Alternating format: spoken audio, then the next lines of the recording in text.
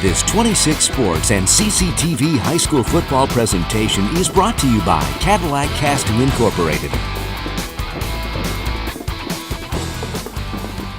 Welcome everybody to Pine River High School, where tonight the Bucks will be facing the Ramblers of McBain. I am Dan Gussard, and alongside of me is Chad Phillips, and we are proud to bring you tonight's 26 Sports and CCTV broadcast. Chad, McBain's coming in pretty sound right now. Yeah, I mean, they're coming off a loss last week to Lake City, so they're sitting at 3-1, but that's not a bad place to be at this time of year. Talking to Coach Pat Maloney, he said, you know, he's feeling pretty decent, but he wants to get off to a good start tonight. They've haven't came out of the gates firing on all cylinders yet, and that's one of their goals for tonight. Okay. Hey, everybody. We are just a few seconds away from tonight's national anthem, which is being performed by the Pine River Marching Band under the drum majors, Austin Halliday and Alyssa Ginrich, and band director Jessica Gardner.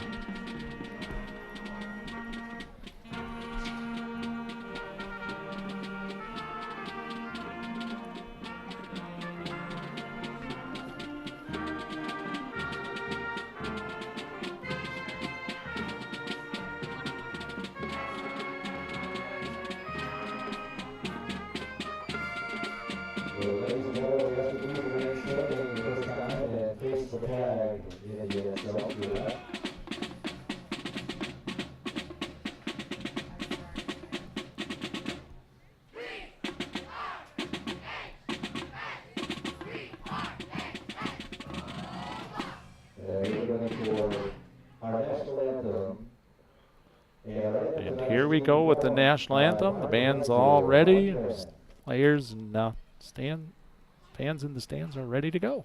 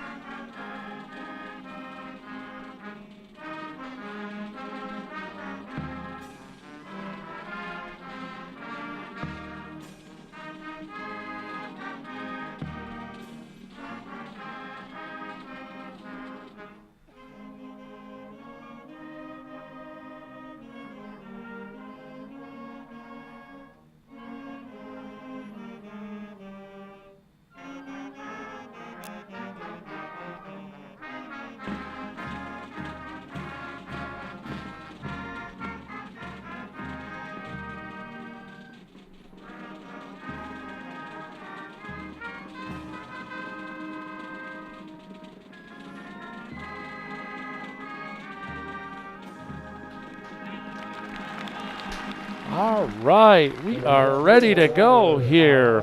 We're going to try and get you some of the starting lineups here as we look at the American flag. We did get to see a good camera view during the national anthem of the Bucks' future stars on the sideline getting ready. Chad, what a hot night.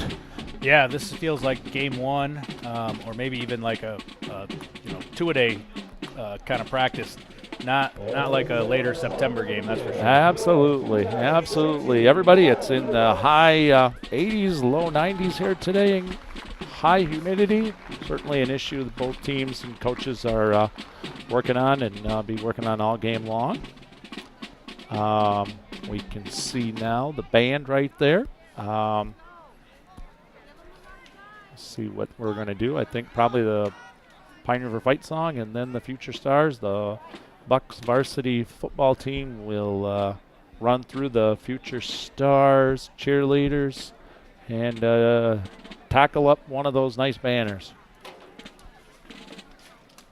Yep, you're seeing the Pop Warner and the middle school football players, and maybe I'm sure they might see some Pop Warner cheerleaders. I'm not sure if they have any of those out there, but that's what they do on Future Stars night here at Pine River. So McBain's coming in 3-1, as you said, trying to get to that magical 6 wins to get into the playoffs. Pine River kind of on the other end of that, Chad. It's been a little bit of a tough season for the Bucks so far. Yeah, so far it's a really young team. They only brought, a handful of guys back from the regional championship team last year. In fact, if we look at the number of starters, Pine River's only starting 2 seniors on offense, 5 on D, whereas McBain is starting 8 seniors on offense and 7 on defense. And so actually Pine River's actually starting more sophomores on offense than they are seniors. So McBain's pretty senior heavy. Pine River's pretty junior heavy and some sophomores with some key seniors. So that kind of accounts, I think, for why they're coming in here at different spots. Yep. And certainly, especially with boys, I guess, there's a lot of difference between a senior boy and a 10th grade boy as far as physical development. And Pine River, Coach Martin, the Bucks struggling, but they've been in the games. They easily could have a victory, maybe 2-3. Yeah, and last week they were close with Beale City. They almost had the ball back at the end of the game, down by a touchdown. They had an unfortunate turn of events, but so they were right there with Beale City the whole time. And they're hoping tonight, of course, to play well, try to get a win on the board. McBain is a little bit of a rivalry for Pine River. And Coach Martin, his goal tonight is to stop the fullback, try to get his offense going early, and try to stop McBain's fullback, number 44. Yeah, Noah Hendrickson, he's a tough running back. Well, it looks like the Bucks are getting set to receive as I think that's Elijah Lewis back there for the Bucks.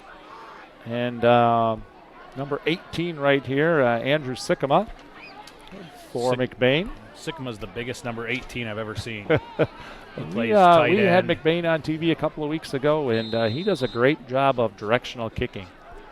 He's a tight end and defensive tackle. Like McBain normally does, they have some good size, even at kicker. And we are underway. The ball is going to go out of bounds. That will result in a flag, and Pine River takes over where, Chad? I believe this is at the 35. 35-yard line. My knowledge of the rules tonight. Yeah, rules, Chad and I watch a lot of college, a lot of pro football, and certainly high school, and all the rules are a little bit different, so it's easy to get them mixed up. So what are we going to look here for the Bucks? QB Luke Hill. Probably a couple of slot receivers in Elijah Lewis and Andrew Park. Yeah, I think we're going to see Brock Nelson here at the slot receiver, and this week Sasha Huffman's going to play in the backfield. And they moved Brian McCurry back onto the offensive line, so we got a little bit of retooling. Nelson's been injured. First down run is a nice one for the Bucks. Number 12, Malachi Holmes with a big run up over past midfield for a first down. Looks like they started Malachi in there instead of Nelson, but we're going to see both of them. Or instead of Huffman, I should say.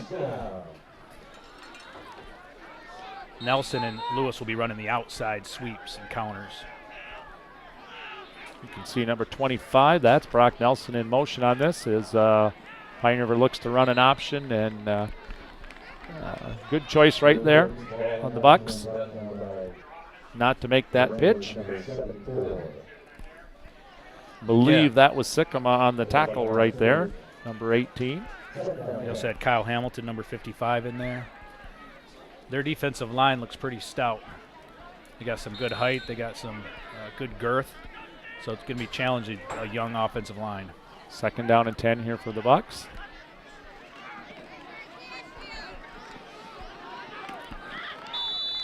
Looks like about a 7-yard gain for Pine River as number 4 for McBain. Justin Camphouse, a junior, makes the tackle right there. Yeah. One of Coach Martin's goals, I think, is get Elijah Lewis going. He is easily the fastest player on the team. He hasn't had as many big games yet as he had last year, but again, working with some younger people around him. So that was a nice run. And it's third and short 3 here for the Bucks.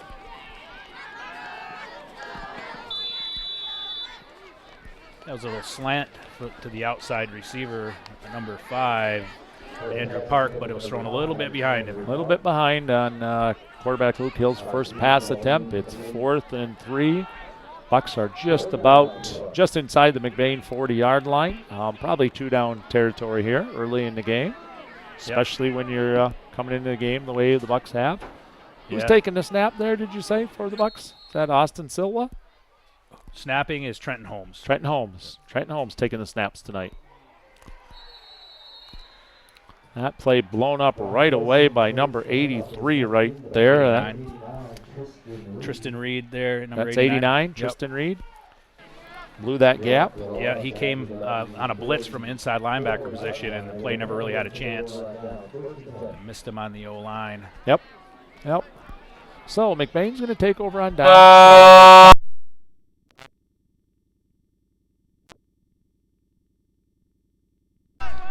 For McBain, Alexander Utek quarterbacking. Go ahead, Chad. I said there was a little confusion who should be on the field. They'd run a player off late.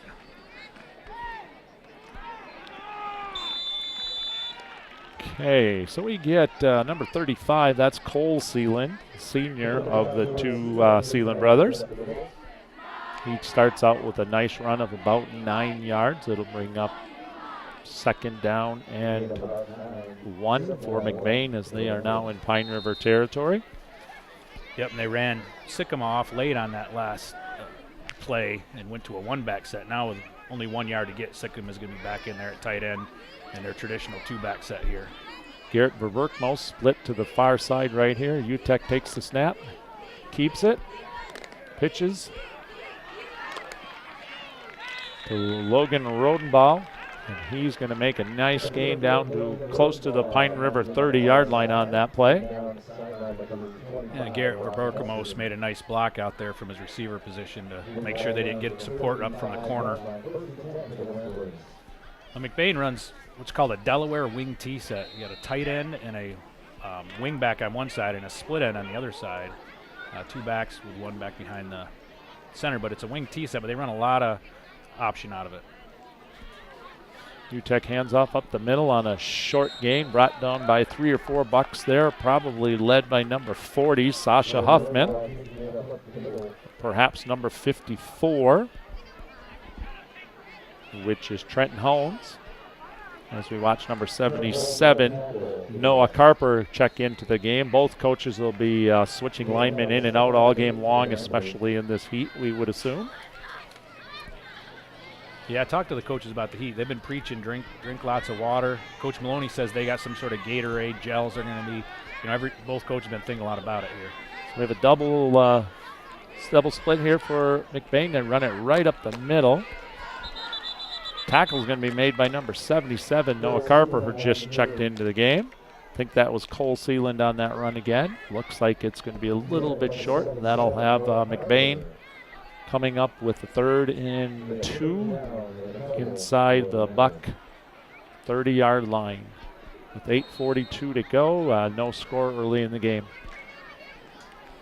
Yeah, McBain's got running back and forth between those two personnel groupings, the one-back spread to this Delaware wing T look.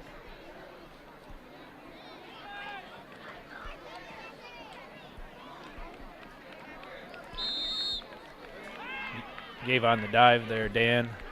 Yep. Looked like number 58 for the Bucks on a tackle there, Brian McCurry, but it is a McBain first down. Yep, feeding Logan Rodenbaugh on the play. Just nice hard run. So far, the McBain runners are kind of carrying the Buck defenders for a few yards on every hit, which means the Pine River's got to get a little lower, keep their feet driving, try to limit those yards after contact. Coach Martin and I were talking before the game, and he said, worrying about this strong McBain run game is a tough play right there. Well, there we got a great touchdown catch right there for McBain's number 11. Garrett Verberkmo, thrown from Alexander Utek. Pine River in great position to defend that, but Verberkmo, he's got some great size. Made a nice leaping catch. Good hands to hold on to that. And with 7:55 to go, McBain draws the first blood. Yeah, that was a great throw. Nice little fade route. He had a step on Elijah Lewis out there, but Lewis recovered, even got turned around, got a quick look at the ball, but just the height disadvantage was too much, and Verberkamos hauled it in. And McBain looks to go for 2 right here, and it looks like the Bucks have stopped that. And a nice job by team defense right there, led by a host of Bucks, including number 40. 40 again is Sasha Huffman. Probably Brian McCurry in there, number 58.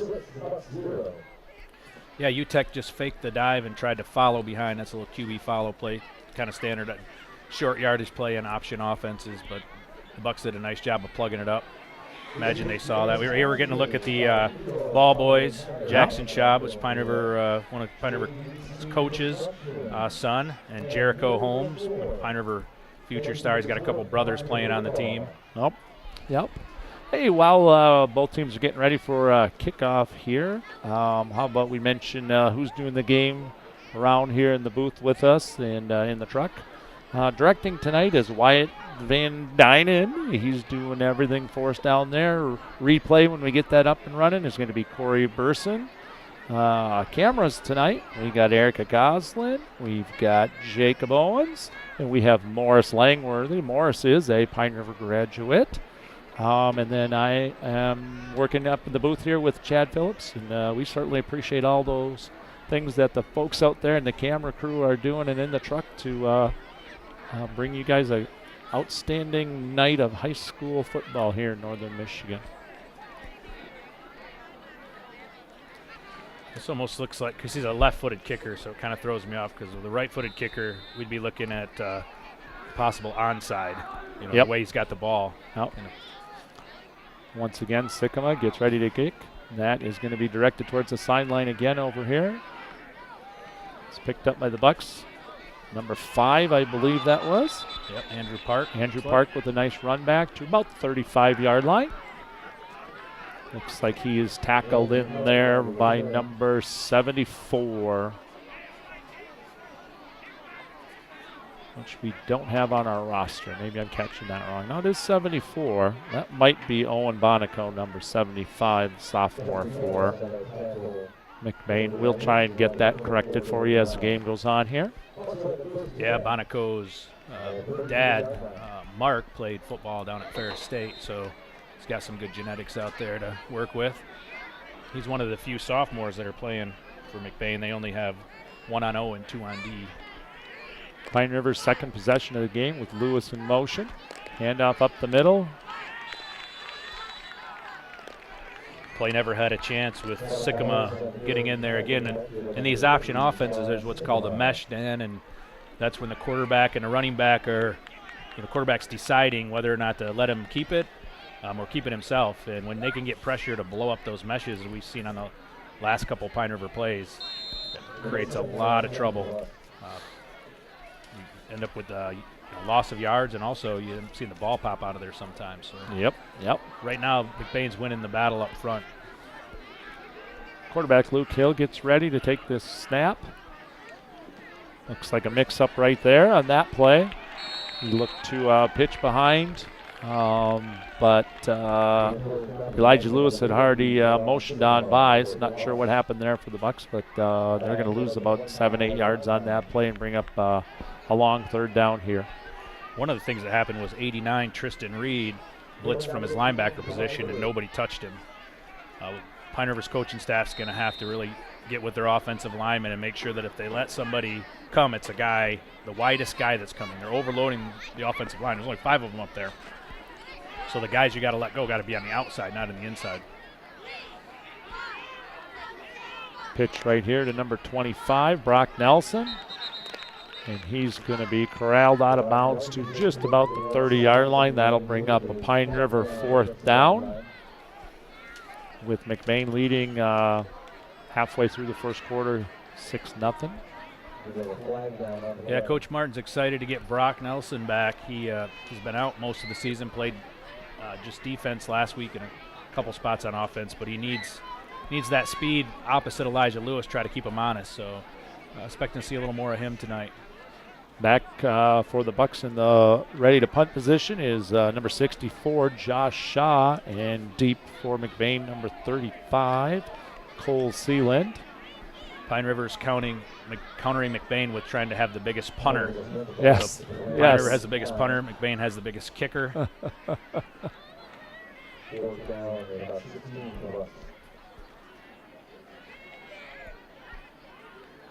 Shaw just started playing football a couple years ago. And, does a nice job right there doing a little rugby kick and ends up turning up okay for the Bucks. Yeah, that was, especially again, a guy who hasn't played a lot of football and he's an offensive lineman. Yep. A lot of times they panic. He still managed to get that off and, at least got him in a little better position. That was what we could call an unplanned rugby. You're Yep. forced into the rugby by the snap.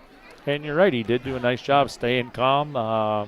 He could have dove on the ball. He could have picked it up and tried to run. Instead, he kind of just slid to his right a little bit and was able to get a punt off of about 25 to 30 yards. Makes McBain start from midfield with their second possession of the game. That's good. Still pretty good field position for the Ramblers. They come back out in that one-back look.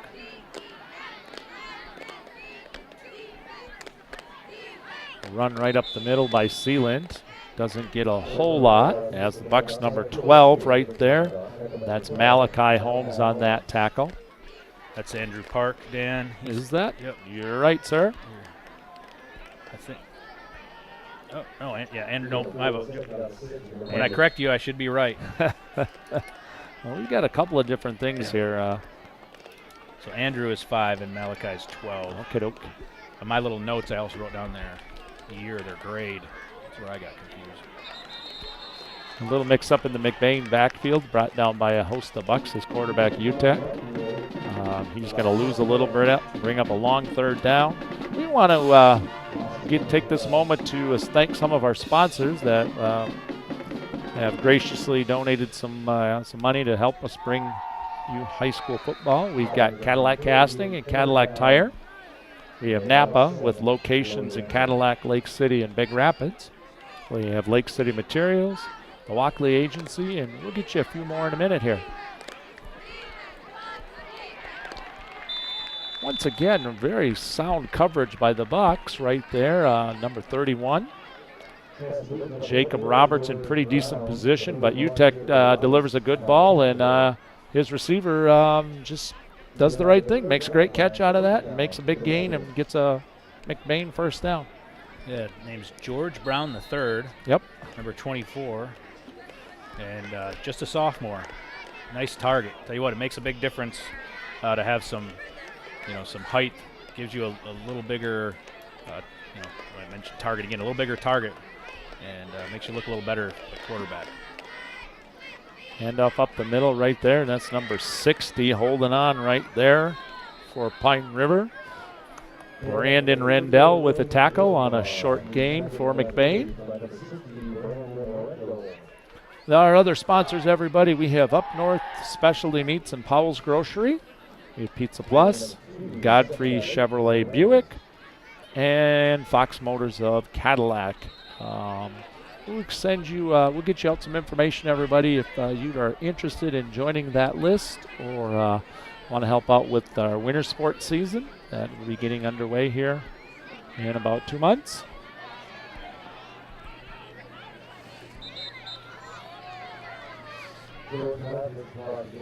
Well, Chad, that play started out like it was going to look pretty good for McBain, and 25. That's Nelson again, right? Yeah, 25. Pretty quick Nelson. to that tackle. Yep. Nice tackle. Yep, Nelson's nice-looking sophomore. Not real tall, but very athletic. And The Bucks have just gotten him back, you said, in the last week or so? yeah, he played part-time last week, so he's back full-time this week. Yeah, a slight back injury, or maybe more than slight. I guess he was out a couple weeks. So we got, I think that Sycamore split to our side here for McBain, and they're looking at him right now. He is open for a touchdown right there. Yep, George Brown, number 11. I guess that was Verberkamos. That's right? for Berkmos? Yep. And that time, there wasn't a lot of, it wasn't as hard, let's put it that way. Last time he had to go up. That time he had a step. When you got a step and height, then you're pretty much open. So it's kind of interesting. We were kind of expecting McBain to pound the ball a little more, really try to feed Noah Hendrickson, but so far. We haven't seen him, I don't think, touch the ball yet on offense. Not much. I don't know if he's had Maybe once one or twice. run? Yeah. Yep. They're hurting him a little bit on the outside, but mostly with the pass. McBain will go for 2. 3:12 to go in the first quarter. Just punching it in for their second touchdown. UTEC looks around, he throws. And that is defended very well by the Bucks. Knocked away at the last moment. The score remains 12-0. Target there was George Brown III again. You can see who he wants to throw to. Those are his 2 guys. Pretty apparent. They're both big, and I just got to put it in the area. And actually, that one, he had a shot. I think it might even came off his helmet, but it was coming in pretty fast. All righty. Well, let me give you that information if you are willing to help sponsor. You can get a hold of the the 26 Sports and CCTV crew with a phone call, 231-577-1844, and their sales staff will help you with that. We want to mention to everybody that we are offering a couple of different DVD options for the McBain and Pine River fans. You can get an entire season set of all 18 games that are broadcast, or if you just wish your specific home teams, you can get box sets of the Pine River and McBain teams, as well as Manton, Niesick, and Lake City. Again, you can make a phone call to 231-577-1844. You could also check it out online at a couple of different spots, mynews26.com or cctv-cadillac.org. I think the officials are giving a little longer than they would normally in between a score and a kickoff because of the heat. Extreme heat and humidity in northern Michigan. Heard a rumor today, Chad, some of the Grand Rapids schools closed a little early today. Oh, really? Not sure if that's true. Certainly was a tough day in the schools. No breeze in northern Michigan, a lot of humidity. Yeah, not many schools have too many air-conditioned rooms, so it can get pretty miserable, especially if you got a big class. And let's see where McBain kicks this time. It's a high, straight-up kick. Fair catch signal. Nice job right there. Again, smart play by number, is that 31 there? Yep, Jacob Roberts. Not wanting to take any chances. Pine River's going to get very good field position here at the 35-yard line with 3:08 to go. Let's see what the Bucks can do with their third possession on offense. Like you mentioned a little bit before, they gotta do a little bit better job up front, keeping the McBain players from breaking up plays before they get developed.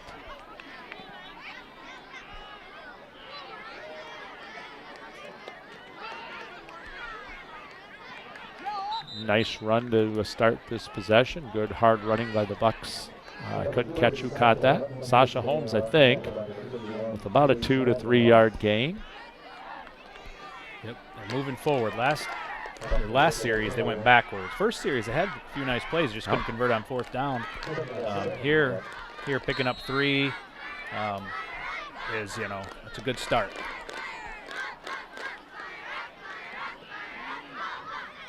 And we got a lot of motion up front there. McBain was moving, Pine River was moving. We'll have to see as the officials sort that out. Yeah, when both sides are moving, that's most likely going to be always called on the offense. And I think we're going to have a false start penalty on the Bucks. Everybody, we want to let you know that this season we have 2 trucks on the road. We are bringing you 2 games every Friday night here the rest of this year. And our productions and our sports are kind of produced with cooperation between the Wexford Misaki Career Tech Center, CCTV, and MyNews26. And if you're out there and you're watching this and you're a high school student or maybe even younger and you're interested someday in broadcasting, doing camera work, seeing how things run in the truck, probably ought to check with your high school guidance counselor. They can steer you up to the Career Tech Center up in Cadillac and let you know who to get in touch with up there and all those kinds of things. And for Pine River, we've got that person with us tonight. Chad Phillips does that for the schools down here. Yeah, I do a little scheduling. I was fortunate enough to do a little TV myself when I was in high school, but before it was up at the Career Tech Center in Cadillac, it was housed right on campus. So that was a lot of fun. I still have a few tapes, including a broadcast of a basketball game, which was a lot of fun. That last play right there, Dan, was pretty dangerous. They tried to throw a little swing pass to Elijah. It looked like it could have went backwards. Could have went backwards, yep. Blew the whistle, so got 3rd and long now. Quick throw right here. Little bit high right there as that pass is intended for number 9. That is Lane Rupert, wide out for the Bucks. That'll bring up a 4th down. And if I remember right, was that Silva back to punt? No, that would be 64, Josh Shaw for the Bucks. Yeah, Coach Martin likes to go for it on 4th down, but certainly not from this side of the field and needing about 12 yards. If Shaw can get it off, we can angle it away from the returner. Well, it would be nice punt right there. Fumbled right there, but recovered right away by McBain's number 35. Cole Seelan does a nice job back there. So another McBain possession here. They will be starting from near the 50-yard line. They kind of had pretty good field position on all 3 of their possessions. The first 2 both resulted in touchdown passes from quarterback Utek to Verberkmos. Well, McBain wanted to start off hot, and they sure did. They want to limit turnovers. So far, so good, and hit on all facets, which the running game hasn't been great. But it's been moving forward. So I guess I would say Coach Maloney's 3 points so far mission accomplished with 2 minutes left in the first quarter. We've got a timeout right now by Pine River. We want to let you know if you are watching this game tonight at 11 o'clock, it will be rebroadcast tomorrow at 4 o'clock. It's also available online for your viewing pleasure whenever it's convenient for you. Well, Chad, tough start for the Bucks. Down 12, but it's early in the game. Might be a good timeout by Coach Martin. Get the guys just kind of rally, get a little water in them, turn this game around. Yeah, they definitely need a stop here on defense. You're going down 3 scores in the first quarter, so it's going to be a tough hole to climb out of. So a lot of pressure on the defense here, especially defensive backs. Yes. Because you got to play these guys pretty much perfect with the height that they have. And, of course, they got lots of time to throw, too. Which UTEC has not been pressured yet on a pass, I don't believe. We might see Coach Crouch, Pine River's defensive coordinator, try to start bringing some blitzes or something to try to get UTEC a little bit out of his comfort zone.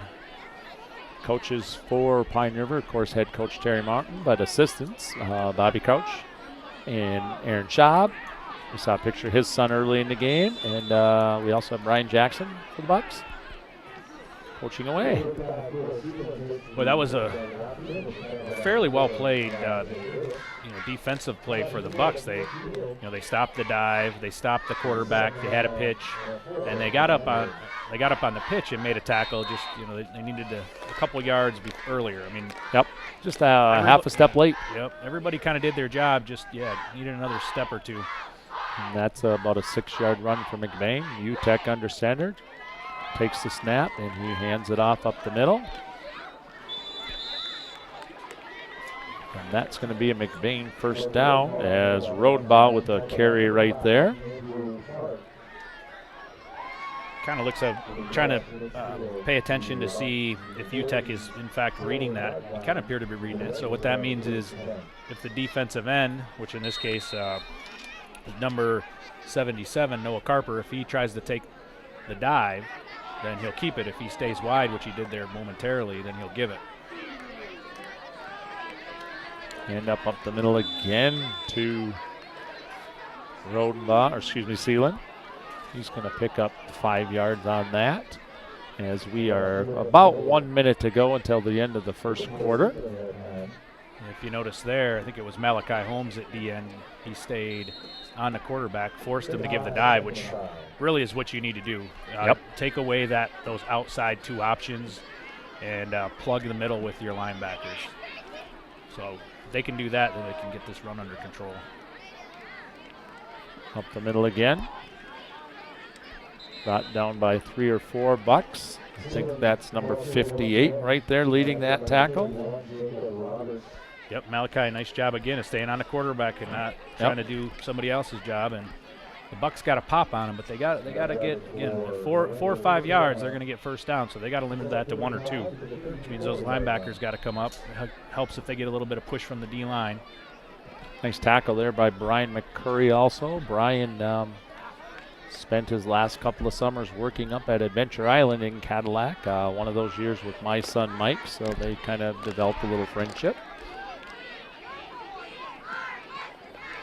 And Brian, he played up as a freshman, and now he's a junior, so that kind of tells you what kind of player he is. And we're going to wind down to the first quarter, the end of the first quarter, with McBain leading 12-0. I am Dan Gussert. Alongside of me is Chad Phillips. You're watching tonight's broadcast of high school football on 26 Sports and CCTV, and we'll take a short break.